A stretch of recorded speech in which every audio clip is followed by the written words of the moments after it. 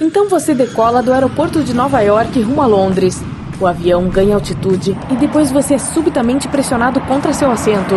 Dá para sentir a aeronave ganhando cada vez mais velocidade. E aí, boom! Tá tudo certo. Esse boom significa simplesmente que você ultrapassou a velocidade do som e que agora está viajando mais rápido do que 1.234 km por hora.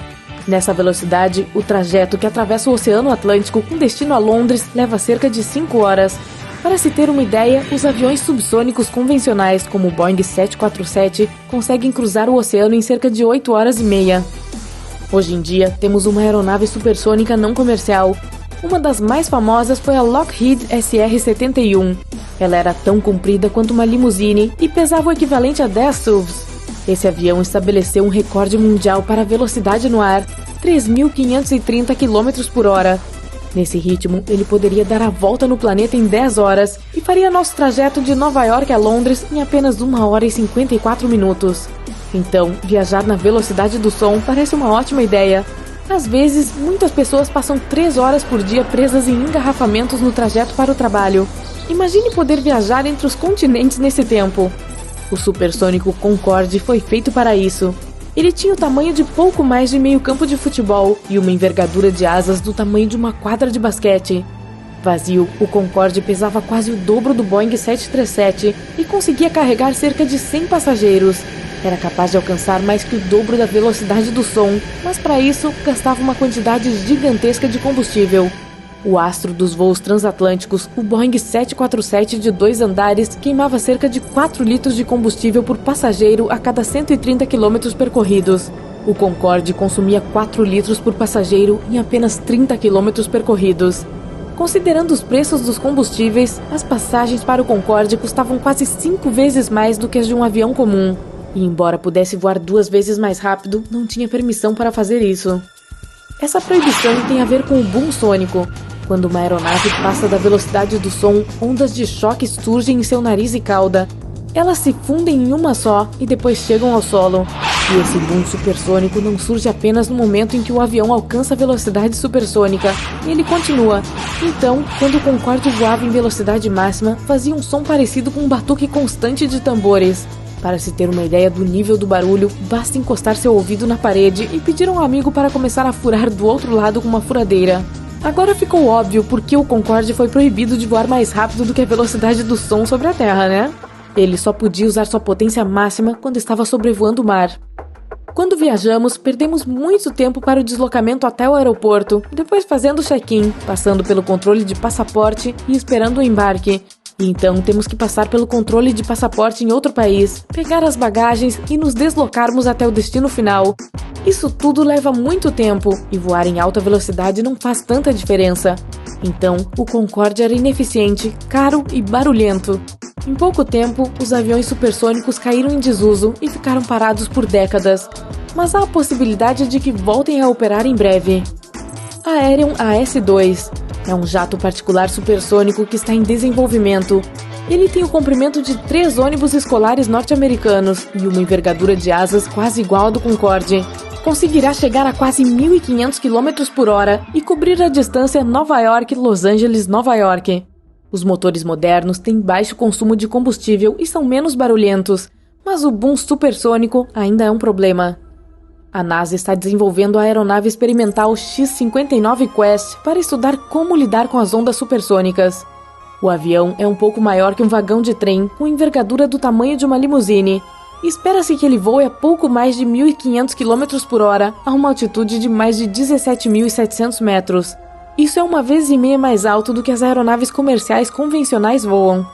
Seu formato estreito e asas pequenas perto da cabine foram feitos para impedir o surgimento de ondas sonoras, e a distância maior do solo deve dar tempo para as ondas sonoras diminuírem.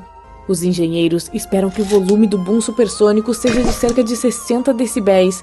Isso é 1.000 vezes mais silencioso do que o Concorde, e não dará a impressão de que há uma furadeira atrás da parede. O som será parecido com o de uma máquina de lavar. Se os engenheiros solucionarem o problema do barulhão e permitirem que os aviões voem a velocidades supersônicas acima do solo, conseguirão fazer o trajeto de Nova York a Los Angeles em 2 horas e meia, em vez das 6 horas habituais. Uma aeronave como a Aerion AS-2 custa a partir de 120 milhões de dólares, 12 vezes mais que um Cessna CJ4, por exemplo, que gasta menos combustível e tem a mesma capacidade de passageiros. Mas o gigante Airbus A320 tem sido comprado como jato particular por 500 milhões de dólares. Então, se o seu tempo for precioso e você quiser chegar logo ao seu destino, é só comprar um avião supersônico. O próximo candidato supersônico para passageiros é o Spike S-512 Supersonic Business Jet. Esse bimotor é quase tão grande quanto um Boeing 737, com cerca de 18 metros de envergadura de asas e muito mais veloz do que o Aerion AS-2. O Spike tem velocidade máxima de cerca de 1.770 km por hora. Isso é 720 km por hora mais rápido do que os aviões convencionais.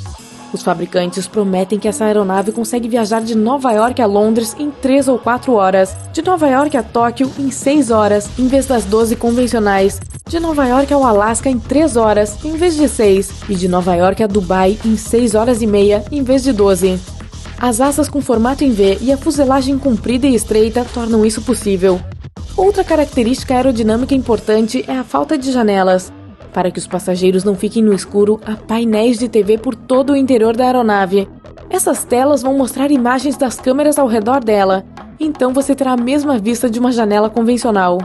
Mas o Spike só consegue carregar 18 passageiros por vez. É aí que entra a empresa Boom Technologies. O avião deles é bem parecido com o Concorde, com asas e fuselagem compridas. Ele consegue carregar até 55 passageiros. 2 motores são colocados nas asas e mais um na cauda. Juntos, eles impulsionam a máquina para voar a mais de 1.700 km por hora. São motores turbofan, como nos aviões convencionais, então não usarão dispositivos de pós-combustão, fazendo menos barulho. O recurso de pós-combustão é usado nos motores para criar um impulso extra. O combustível pode não se queimar totalmente no motor, mas o gás de escape sim. Então, ele é aceso novamente e dá para ver o fogo logo atrás do motor. Dessa maneira, o custo de manutenção é de 1/4 do valor gasto para manter um Concorde. Uma nova versão desse avião pode conseguir transportar de 68 a 88 passageiros, e os fabricantes da Boom esperam que os preços das passagens sejam os mesmos de um voo de classe executiva. Por hora, os supersônicos fazem barulho demais, então só podem usar sua potência máxima sobre os mares. Considerando que há cerca de 1.750 voos todos os dias que atravessam só o Oceano Atlântico, os supersônicos podem poupar muito tempo de viagem. Agora, se você estiver à procura de um avião que voa em silêncio total, vale a pena dar uma olhada nos elétricos, como o Aviation Alice. Trata-se de um jato particular equipado com 3 motores elétricos. A decolagem e pouso são feitos sem aquele barulho característico da queima de combustível nos motores, e ele não precisa de pistas longas. Então, os aeroportos para aeronaves particulares podem ficar localizados bem no meio da cidade. Isso reduziria significativamente o tempo de viagem até o aeroporto. Outra coisa, o custo de manutenção do Aviation Alice é super baixo. São $200 por hora de voo, comparado com os $1.000 por hora dos jatos particulares.